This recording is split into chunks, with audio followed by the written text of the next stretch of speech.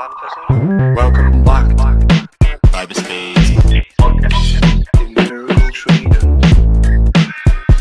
Do you know what I mean? So like, they're like, Welcome back. Hello, welcome back to the Cyberspace podcast. My name's Josh, I'm your host, and this is a space to talk about cybersecurity issues, news, skill up a little bit with your personal lives, whether you're just trying to stay a little bit more secure online, or whether you are trying to break in the cybersecurity industry, or whether you're just on that continuous path of self-development and learning, which you have to be as a cybersecurity professional like myself, and AJ and Vaughan, who also are joining me on the podcast today. Welcome back, AJ. You're familiar voices by now. And Vaughan, sorry. Hello. Yeah, welcome back. It's great to be here once again. Excellent. So we're going to cover off a few topics today. So first of all, I want to talk about new naming conventions for threat actors, or at least a new initiative that's on the horizon. Maybe even a little pop quiz as to what kind of standardization terms they've settled on. Slight spoiler, it's themed around the weather. So have a little think about weather-related terms that might classify different threat actors. Next, we're going to move into a CoPilot exploit that researchers found before any attackers did, and it's now been fixed, but they have detailed it in great length, and so they're able to basically exfiltrate sensitive data with 0 clicks required from the user. So pretty intense vulnerability. I believe it was a 9.3 or 9.8 classification on the CVSS score.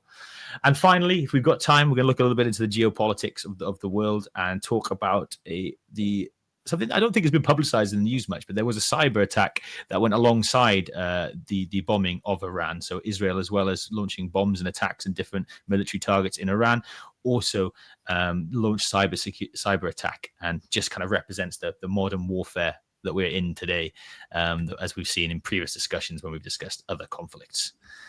Gents, any of those tickling your fancy? Which one are you excited for? I'm loving the sound of the CoPilot LLM injection.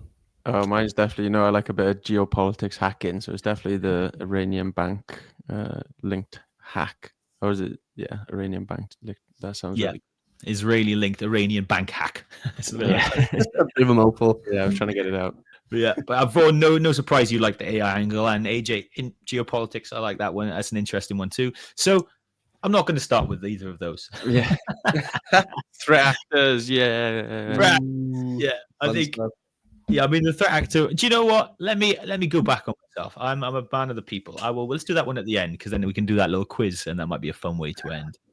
So CoPilot. Let's dive straight into this one, and this will be the bulk of what we talk about today, because this one is fairly juicy, and because it's been fixed, the researchers disclosed all the information, all the steps. So sometimes we are speculating and filling in gaps, making educated guesses on the information we have on real world breaches. This is a scenario where we don't have to, so we can maybe go into a bit more detail.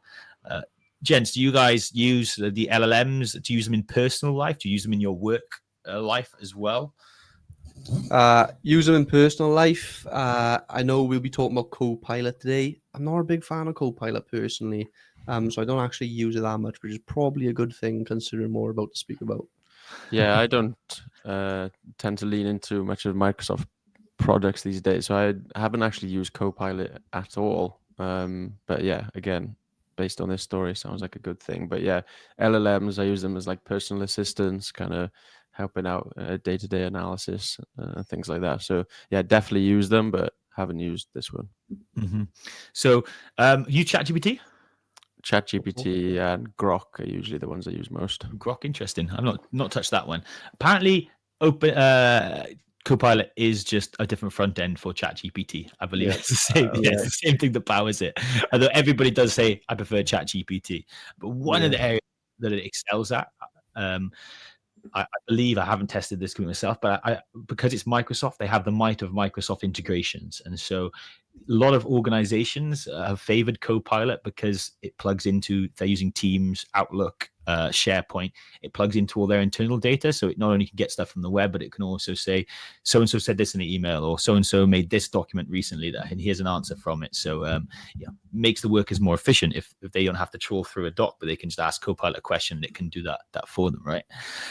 But so leads us into the risk, because it's consuming that data.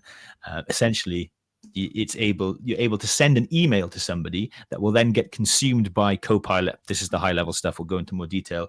That then, when it retrieves it to do an answer, it then executes instructions from the email, and with 0 clicks, no interaction from the end user. Exfiltrate sensitive data. In fact, the most sensitive data. It asks CoPilot itself to say, locate me the most sensitive data, and then send it to my domain. So yeah, that's the impact. And this is really groundbreaking because this is a novel chain of vulnerabilities that is basically bypasses a lot of the security controls, so the content security policies, as well as a cross-site prompt, which I've never heard of that before, but that cross-site prompt protection is meant to be in there. That's also been bypassed. And it's likely that this can be replicated in other LLMs, other RAGs, other AI agents and models, because they all kind of function quite differently, and it's very novel. I thought this is interesting. I've not seen something like this before. It's a new environment, new arena. Yeah, one of the things I love about this is with the AI's introduction into cybersecurity, we're starting to get new techniques off the back of it. And I love new techniques, seeing new vulnerabilities, new RCE vulnerabilities or new VPN vulnerabilities or new like file upload vulnerabilities. This is just the new wave of that, but an AI kind of fronted approach. And to me, that's really interesting. Yeah, and I think the worry that many people have about AI coming to steal all the cybersecurity jobs, well, it just goes to show that it's also creating scenarios where we need to respond to. Yeah, true. So that's the thing, that people think that we're going to lose our jobs. Well, no, Still need closer to the time, really, what's going to happen is that we're just going to have to be responding to new and more sophisticated attacks using these LLM tools. And this is a really, really cool one, to be fair. There's the 0 click nature of it, like hiding a malicious prompt in an employee's email. That's cool. And then getting that to exfiltrate data via Teams or SharePoint, and no clicks needed, which is really, really cool. And I think this one, we're going to spend a bit of time on those individual steps as to why they're so interesting, because I agree with you. There are like 3 stages of this. Normally the one part of an attack I find interesting, and the rest is like, okay, you found a new way to do the same stuff, but this was just new. So yeah, we've had a message from chat asking about what's the difference between LLMs and like Copilot or Chat GPT. Vaughan, you might be more expert than this, but they are LLMs, and LLMs are large language modules that basically allow it to understand human language and talk back to you in human language. So it's why it can consume all the web pages we've written for human eyes for ages. It's why it can present it back like it's a person talking to you. So sometimes I simplify it as LLM is basically just changed the presentation of AIs into they talk like people to us. So they present as more clever rather than being advancement in like automation or machine learning. But that might be unfair, Vaughan. I don't know if you have a comment on that. No, it's very, very good, to be fair, Josh. There's a really long, complex technical explanation, which I won't go into. But you can just assume that it's an AI model that's been trained on a large amount of data, so it can reference that data and summarize and answer questions based on the training data it has available. It's almost like we had a super smart like infant in AI for a while, but they couldn't talk to us. And then when they started talking, we're like, oh, you were smart all along. Again, simplified, but that's one way to look at it. So let's dive into this attack. And so I'm going to run through some of the steps. Gents, if you want to jump in and add or talk about part that's really interesting, please do. And then just run with it if you want. But let's try not to miss the most interesting bits. So first one is that XPIA, which is that cross-prompt injection attack, which I've heard of XSS, cross-site scripting. And this is kind of like that same thing, but applied to this. So the attack is a cross-prompt injection attack by sending something to the email. So then this isn't a prompt that the user types in their own interaction box with the LLM, with Copilot. It's actually a prompt that executes when Copilot responds to another query and happens to look at an email that contains this prompt. So first step was in breaking that cross prompt piece. So Vaughan, you've been looking at that one. Yeah, I thought this was a really interesting one. So it's kind of like a stager. So you're submitting what you want as the prompt the Copilot executes to an email, and it kind of just sits there, and it's kind of laying in wait, primed, ready to cause CoPilot to do something it's not supposed to, which has managed to bypass these kind of filters that are in place to nullify any like Dan prompts they call them, or do Yeah. anything now type things. So I any just like jump in jailbreaking. there. If I could just jump in quick and add, like, just to that, like the basic example of the things it's looking for is if any mention of talking to like an AI or assistant or co-pilot, then it realizes, oh, you're trying to talk to one, so it's then Yeah. like deletes that text, just as a basic example Yeah. of what you're talking about. Yeah. Yeah, exactly. So like it'll try to see if you're looking to overthrow the AI and block it out. So this has managed to bypass that by almost speaking to the recipient of the email as if they were talking to the AI, but directing it at the recipient of the email, which is pretty cool. And yeah, it kind of sits there in almost like a staging email, waiting to get pulled by Copilot for like an email summary or something. So once the user says, tell me about my emails, it'll then pull that email amongst others. And then And run the that's when it prompt. then processes the prompt and Mhm. gets the Copilot to do something it's not supposed to. That's cool. Yeah. So the prompt is just a standard kind of text prompt, but it looks like Pretty it's much. It looks like really you're speaking to the recipient of the email.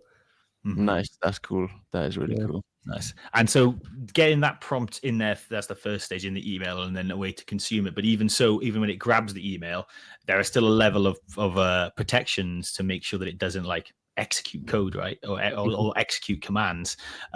So one of the things that the researchers focused on next was like, how do we, because we need, if we're going to exfiltrate data, we need to send it to a link, to a destination, to something we control.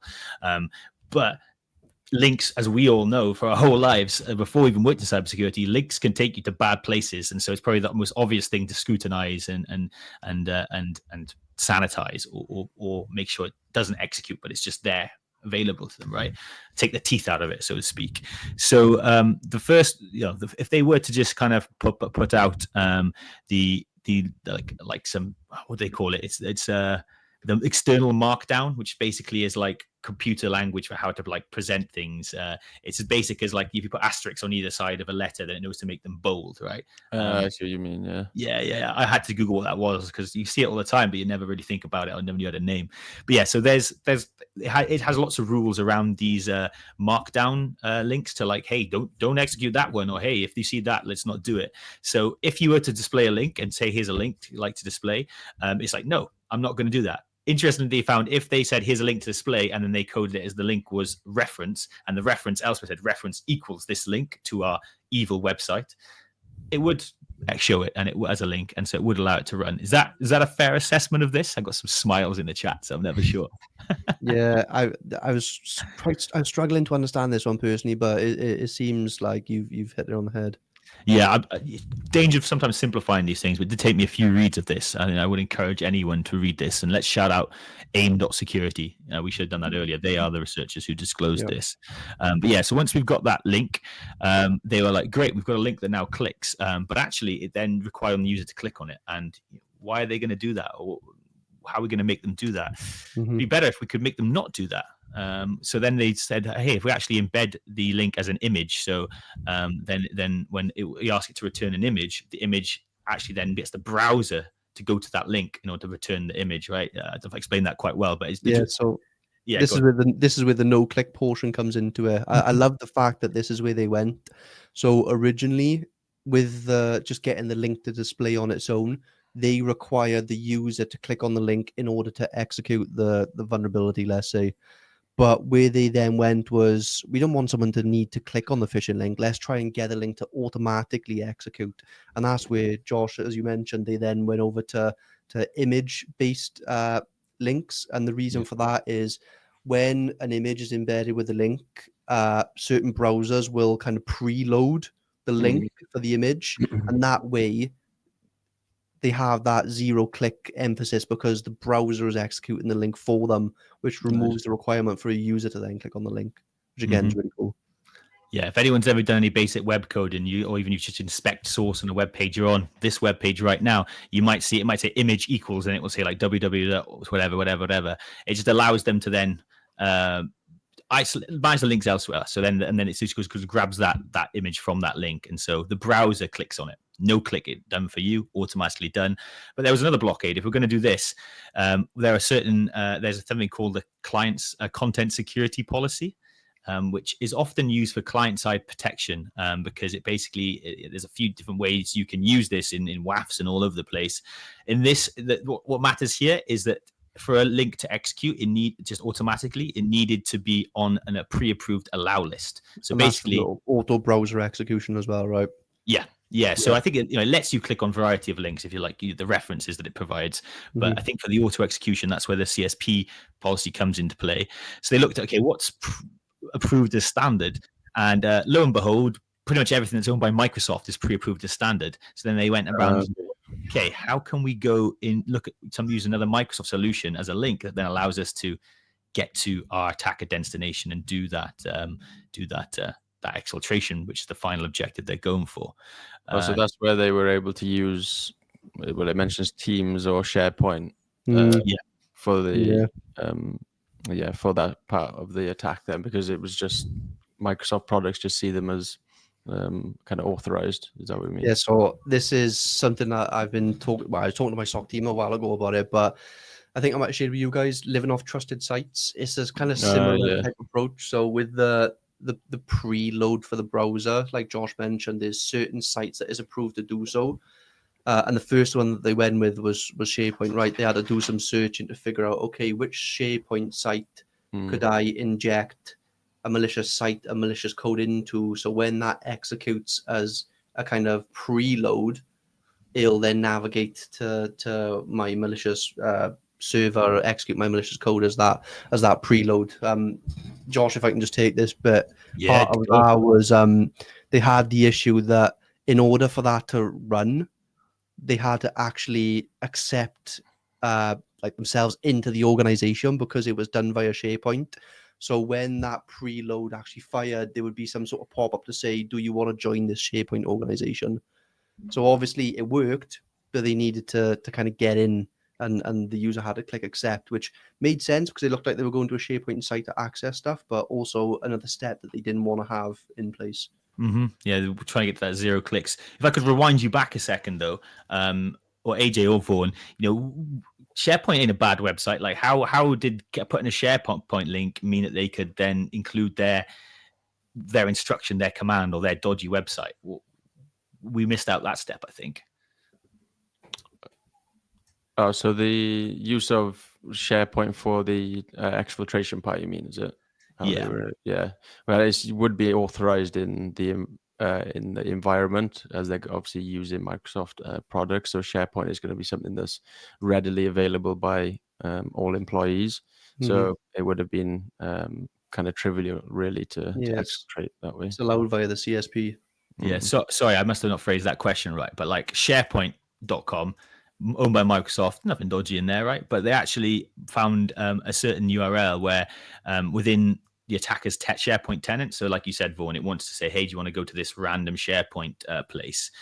Within that URL, if they put their own website like towards the end of the URL, and then basically some instructions to make an API call, and then for more instructions on the attacker server and a secret to log in, it would actually, a SharePoint link would then take that next step. So take a redirect after that into the attacker's website. So hence it's like one hop to SharePoint to then go to where we want to go. So they injected their malicious, their attacker hosted URL into the SharePoint URL for to get there with a hop between the legitimate piece. Yeah, there's an attack name that is something similar to this. I don't think it's server-side request forgery, right? Where you access the website and it kind of redirects you to the malicious one. Too many things to remember in Subs, isn't it? Server-side request forgery. We'll get back to you on that one if that's the exact example. Yeah, because there's an attack technique that does this sort of thing, but I can't. The name eludes me at the moment. But that's what this reminds me of: navigating to a link that's been kind of poisoned, and then it redirects you somewhere else or executes something else. Yeah, absolutely. No, yeah, I think that's again. We set this up like, hey, this is loads of new stuff and novel stuff. It is, but it is also incomplete. There's definitely parallels, and they're trying old techniques in new ways or new things. So yeah, great call out on there. But as you mentioned, right, there was still a click involved there, and we want to get it down to 0 clicks. So actually, they found a similar technique if they used Microsoft Teams link that would allow you to would execute to click that link without prompting the user to accept any invitation or perform any special action for the attack to work. So without knowing, loading that image that then took them to a Teams website that then took took them. It just took CoPilot basically. It preloaded the link of the image, but that was this malicious Microsoft Teams API call. It's removed the person. You wouldn't even know this is happening. And ultimately, if we boil back down to the objective here, it was to get that initial email that we said that they put it in. That basically just runs, has a command for CoPilot that says, use your CoPilot abilities to find the most sensitive information that you possibly can and send it all to my destination. So not only are you exploiting CoPilot, you're actually getting it to do part of the work and kind of work for you and do your dirty work and trawl through all that data at rapid pace and pick out things that it knows are sensitive, because also there is a level of it detects sensitive stuff in the data VTLP policies on there as well. Yeah. So I think this, beyond this, then the next part we haven't covered off, which I don't think we really have time for, and also I don't think it's as interesting, is that delivery mechanism, making sure the email gets accessed by CoPilot without having to wait for someone to ask that perfect prompt. So if you want to find that out, head over to aim.security and do a full read up on there. But I think we've covered off the most interesting parts there. So yeah, and we should conclude with this was responsibly disclosed. This is what security researchers do. They let the vendor know about these things, prove that it works to them, maybe collect a bug bounty. There's no information about that or not. But then it allows someone like Microsoft to go and patch this before any attackers know about it. And then they can, after it's patched and everything's safe, it's no longer vulnerable, they can disclose this so we can all learn about it and have that other conversation and say, hey, Gemini, you also vulnerable to something like this? Final for me, sorry, just maybe this is another win for, hey, no patch was needed as well, because this is a SaaS thing that people log into, right? I imagine Google are doing a lot off the back of this release. Oh, yeah. Probably, AJ, they would have said, hey, the researchers would have said, hey, we just found this. Do you want to check for yourself? Yeah, I would have thought so. It is noted that it hasn't been exploited anywhere in the wild, which is good, and that's the benefit of these kind of responsible disclosures, is that these researchers can get to it first. But yeah, you're definitely right. The likes of Google are probably investigating this to see if it's something that could be possible in their tools. And I always wonder as well, because Apple are integrating ChatGPT, and it always makes me think that obviously you can get ChatGPT to summarize your emails in iCloud. So I always wonder if that could also be compromised as well in a similar way. Yeah, like slightly off topic, but what's Grok connected to in Twitter? Like, is it could you maybe poison Grok to grab something? Yeah, I don't know if it is connected. I don't know if it can pull all of your. Now, if it can pull all of your tweets, for example, can you show me? Tweets are already publicly available. It's just if it can pull your DMs, then maybe. But yeah, obviously this one is most relevant because it has access to corporate work stuff. Yeah, boring. Yeah, well, yeah. I've just confirmed it with Grok. It doesn't have access to your actual X account. So it says. So it says, yeah. Ask it if Elon does. No, I'm joking. But don't lie to me. Don't lie to me. I could tell you're lying to me. But just to wrap this one up, then, I think this, as well as the kind of really cool stuff about just new exploits into LLMs and AI and how widespread it's being used now by businesses as they kind of have to adopt it or get left behind. Vaughan, to your point earlier about AI creating jobs for cybersecurity professionals as well, I think this one boils down to, like, data is one of the most important things that we secure. It's not the only thing we secure, but like our industry used to be called InfoSec, information security. I think it used to be seen as the most important thing. And I think we're kind of coming back to that again now, where we're realizing it all boils down to data. We probably talk too much about coverage for different clouds, for identity and whatever, but really, what are we trying to protect? Data as the main thing. Like, ransomware actors extort you by stealing your data and selling it back to you now. So and LLMs present this new challenge. They have access to so much of our data, no matter where it is, and they kind of collect it all in one neat spot.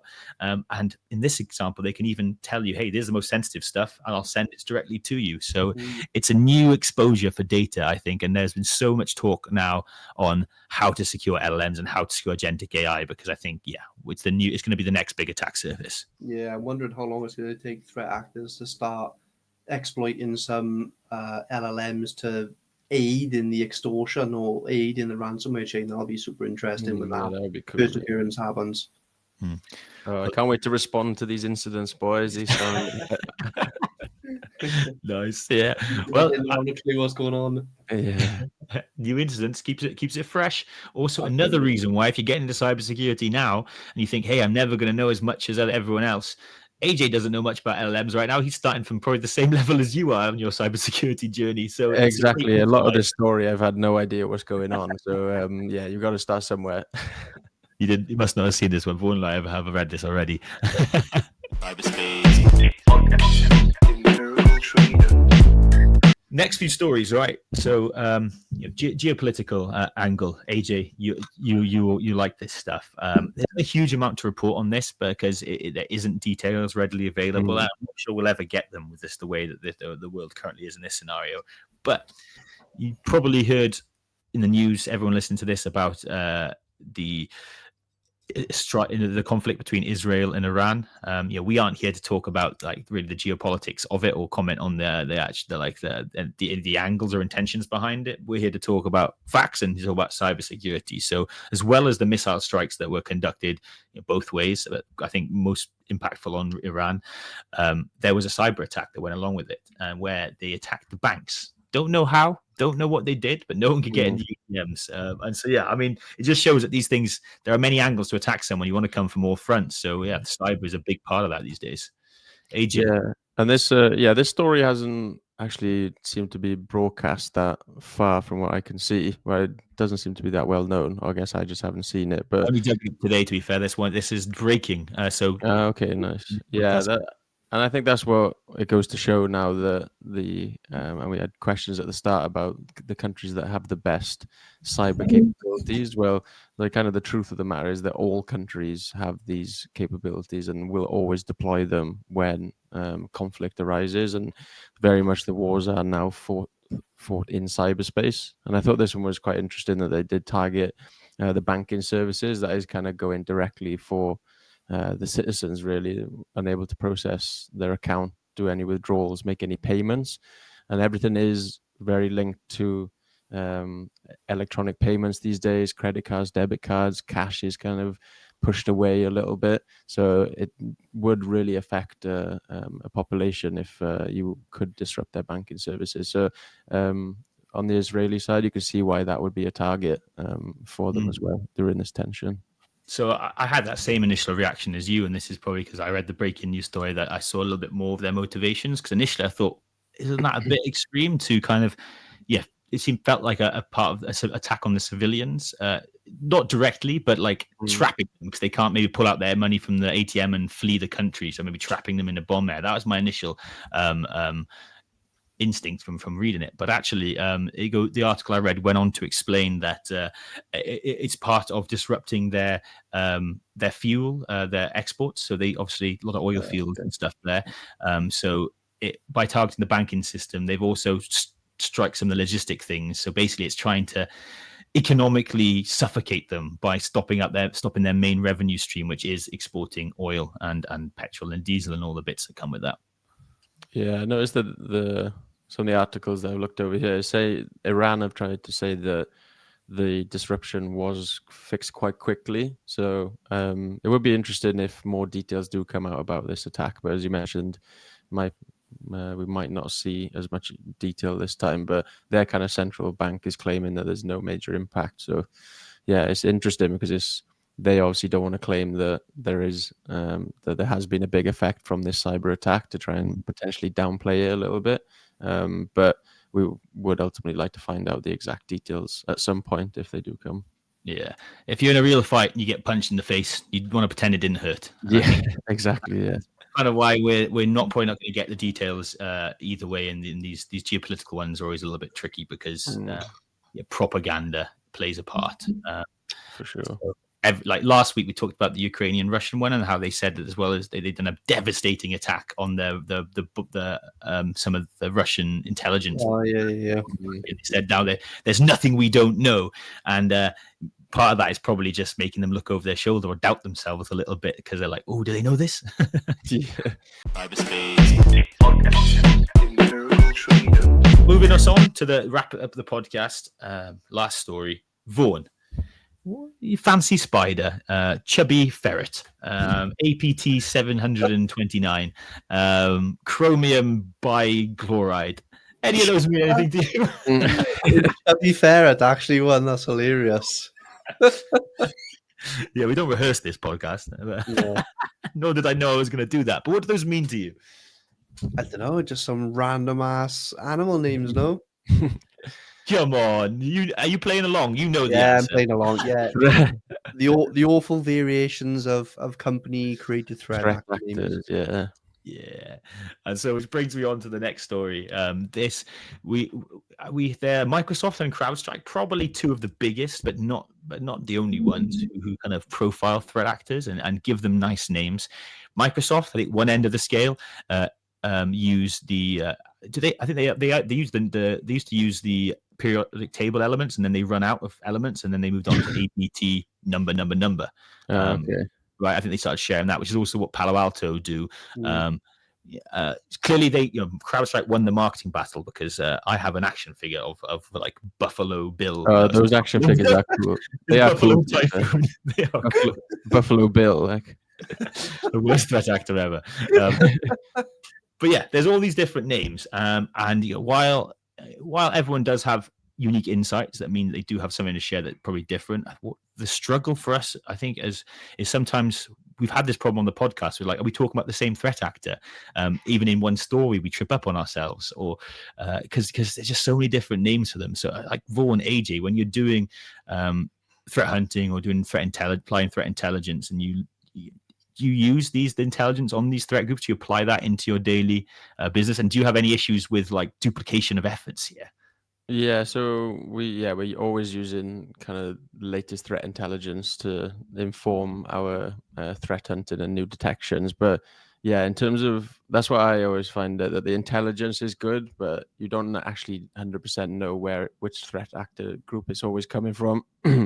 It's difficult to pinpoint exactly where the group is located, for example, but the techniques are still important. So if you know that your company is in the finance sector or in the kind of medical sector, for example, you want to know what attackers are trying to do to target those companies to try and bolster your defenses. But yeah, it can be difficult to actually pinpoint who the attacker actually is. But yeah, we definitely do that.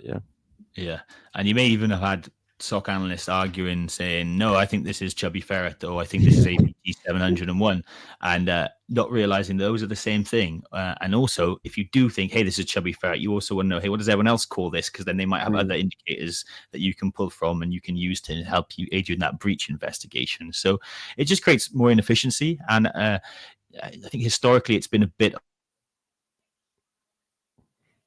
I think we might have been cool. But sorry, what was that? I think you cut off a little bit there. Oh, am I back?